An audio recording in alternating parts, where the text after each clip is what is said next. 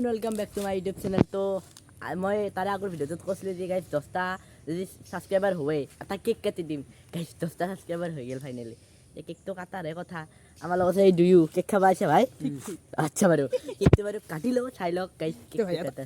কথা মানুহ ধৰি লওঁ হেৰিত কাটছে 1000 কাটে, এই 1 লাখত কাটে, 10টাত কাটা কিন্তু মই ফাৰ্ষ্ট দেখিছোঁ। মানে মই 10টাতকৈ কাটছোঁ জানা না? না কি কৰছ? হয় মই মালটো সেনেকুৱা মানে 10টাতকৈ কাটাৰ কাৰণটো হৈছে মানে 10টা ছাবস্ক্ৰাইবাৰ কাৰণে মোৰ ভাল লাগছে মেইন কথা। আৰু 100টা এটা কাটিম, তাৰপিছত আৰু 1000 এটা কাটিম দে। আৰু গাইজ এতিয়া মানে কেকটো কাটি কিনে চাই লওক গাইজ কেকটো কাটা। দূৰ ৰখি আছে খাবা দে কাটো ৰ কেকটো।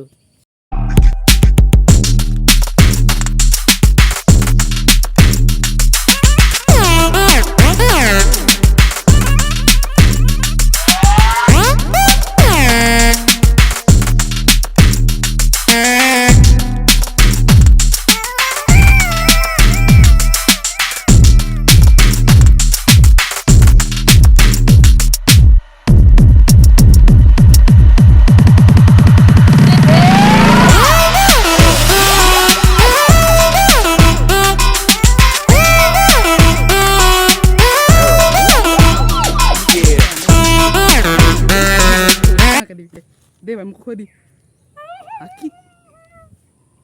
হাকি কেনে বেলেগ মালি হা মাল বেলেগ এই ৰখি আছে খুৱাই দিয়ে তাক। খা